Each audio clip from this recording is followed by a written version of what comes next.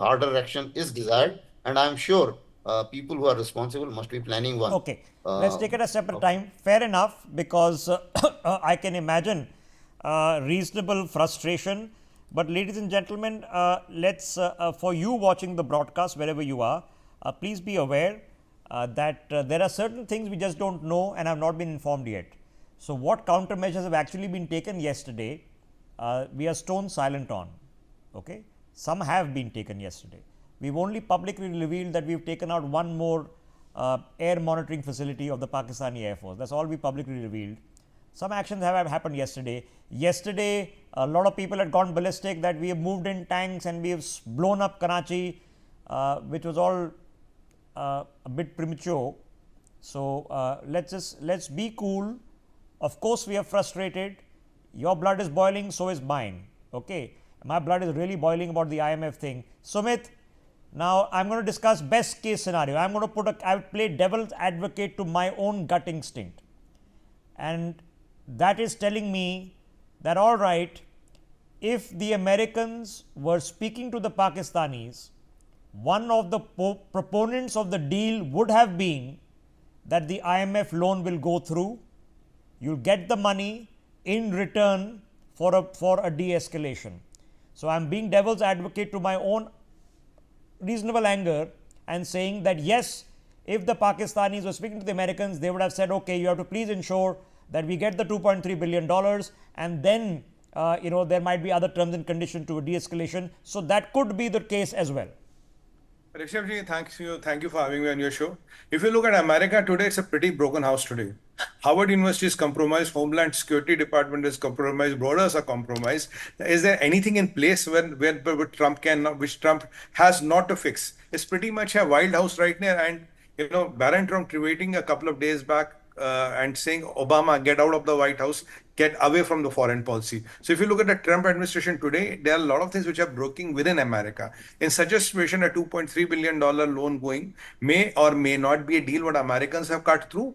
But what Americans told us today, we are not going to intervene in this war. This is none of our business. The onus is on India to go and clean the house. Even with $2.3 billion, jab aayega, tab aayega, but will that determine the outcome of the war? No, because it won't determine the outcome. No, you're right. It won't determine the outcome of the war. Let's finish them off. But no, Sir, Sumit, a dead country doesn't need money. Sumit, you know, it's not going to determine the outcome of the war, but it is about morale.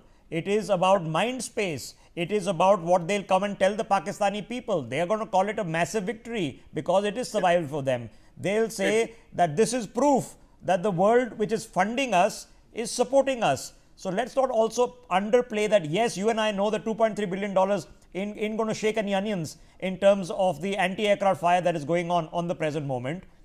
Correct. But it is a message that the Americans have sent out. Yeah, it is a message the Americans have sent out. But Rishabh ji, there's a saying in Hindi, एक line को छोटा करना उसके साथ हमने उसकी बड़ी line खींच दो. If we can have a decisive action tonight, if the Indian Navy is activated tonight, and really the tanks are activated tonight, let's give them a body blow that by tomorrow morning they're not even in a shape to talk, and dead people anyway don't need a lot of money. I don't know. Could be. That might be happening. That might have already happened.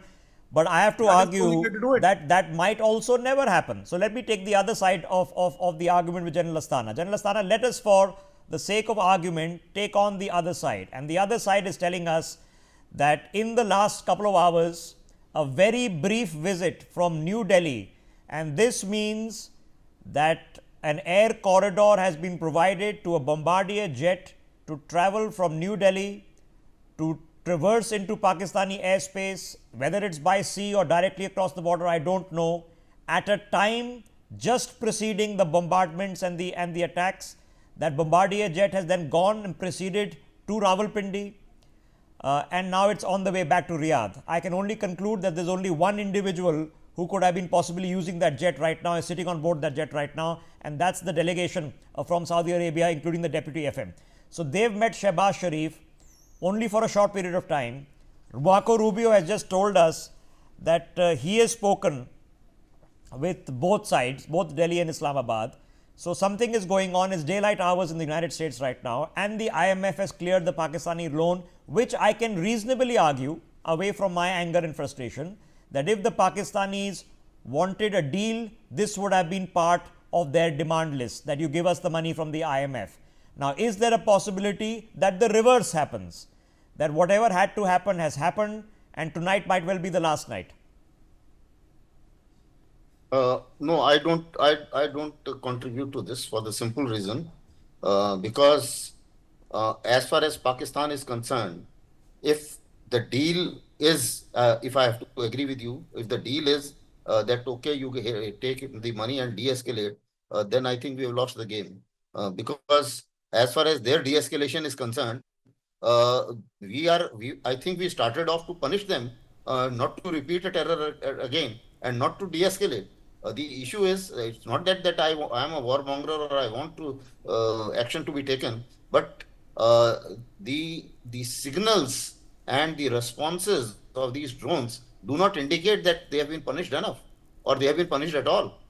So the problem is, yes, we did some very good actions, and thereafter, I think they need to be punished, because certain deaths have taken place after that.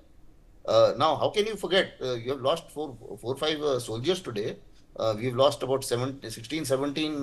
Then another three people have been injured. A line of control firing is taken on. Or otherwise, the other point is, if something is being kept hidden, then maybe that we are losing out on the information war. How is it that we have retaliated very effectively and nobody has been killed on the other side, not a single soldier? And if not a single soldier has been, and if they have been killed, why is it that it is not a part of the briefing? Is it that we are losing out on the narrative? There is something wrong somewhere. I think, or maybe that we are Okay, planning. yeah, I'm in the